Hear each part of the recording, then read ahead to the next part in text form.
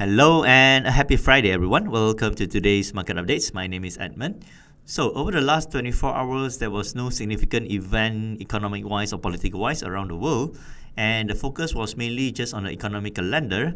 We're going to go to the economic calendar shortly. Over here, we're just seeing that the US dollar was trading in a very quiet and consolidative range yesterday from 93.11 levels to 92.75 levels. Okay, so moving on to the economic calendar.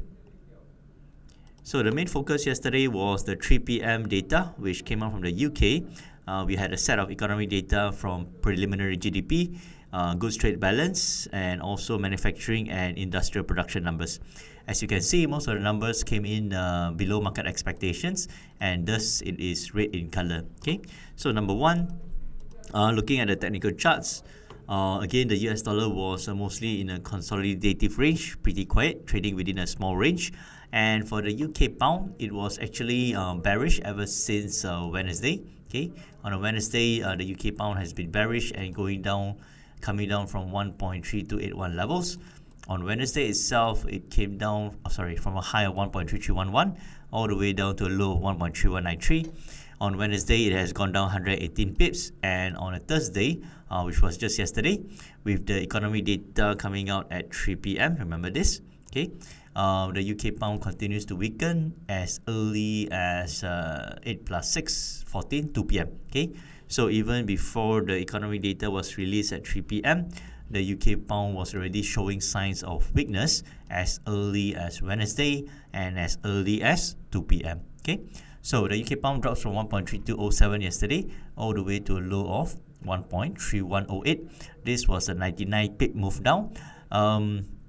It wasn't an aggressive move down, but it was a slow and gradual crawl all the way down to 1.3108. Okay, currently the UK pound is also consolidating at these levels of 1.3110.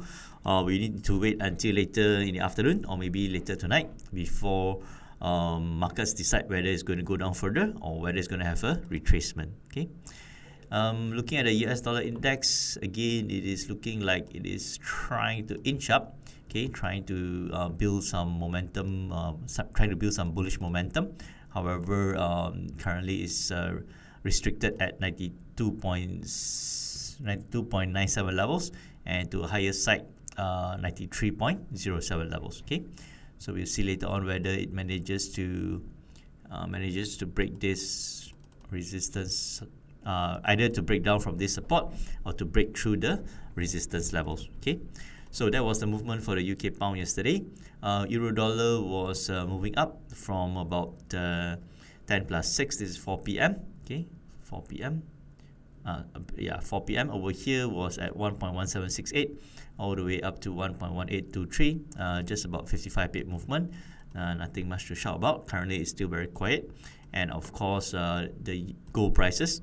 Gold prices moved up as early as 3 plus 6, 9 a.m. yesterday, from a low of 1,864 all the way to a high of 1,880, just about 1,882 levels during the evening session. Okay, so currently again it's gone quiet and is still trading within a consolidating range. Okay, oil prices pulled back after touching a high of $43.25 yesterday.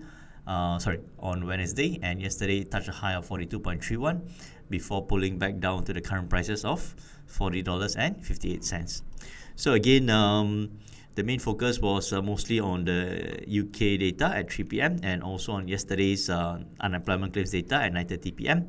For the last 1 month now, 4 consecutive weeks, unemployment claims are dropping or coming in below coming in way ahead of market forecast. Markets were expecting 730,000 Americans looking for social benefits from the US government. Yesterday's number came in at only 709,000. This means that more American citizens are able to sustain themselves either by having a job or other means of business. Okay, so that means this is good for the economy, as it represents that more American citizens are able to find a job. Okay, so moving on to today.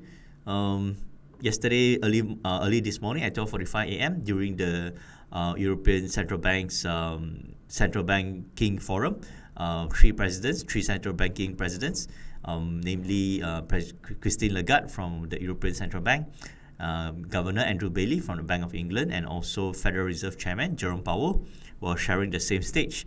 And basically, no outstanding comments from them. Jerome Powell just reiterated his view that more action from the Federal Reserve and also Congress will be necessary to support and also to grow the economic recovery in the US. Okay, so I believe he was referring to the 2.2 trillion US Phase 4 financial aid package. So other data today, just at 6 p.m. We have some data coming out from the Eurozone, flash employment change data, and also GDP quarterly data. And towards the evening, we have the core producer price index numbers from the US, and also consumer sentiment and inflation expectations. And we'll round it off with natural gas storage numbers at 11:30 p.m. Okay. So currently markets are still very quiet. As you can see, pound is not moving much. So we will need to wait until later on in the UK trading sessions and also US market sessions to decide where the markets will be going. If you guys already had a good trading day on a Monday, Tuesday, or Wednesday, today's market, maybe we just have one or two more cycles, medium-sized cycles in the afternoon or evening, and that'll be it. Okay. So if you guys are occupied today, you can just have a good rest today and good rest over the weekend, and we will come back again on a Monday to analyze the markets again. So have a good Friday and a good weekend ahead, and I'll see you guys next week on a Monday. Thank you and good weekend.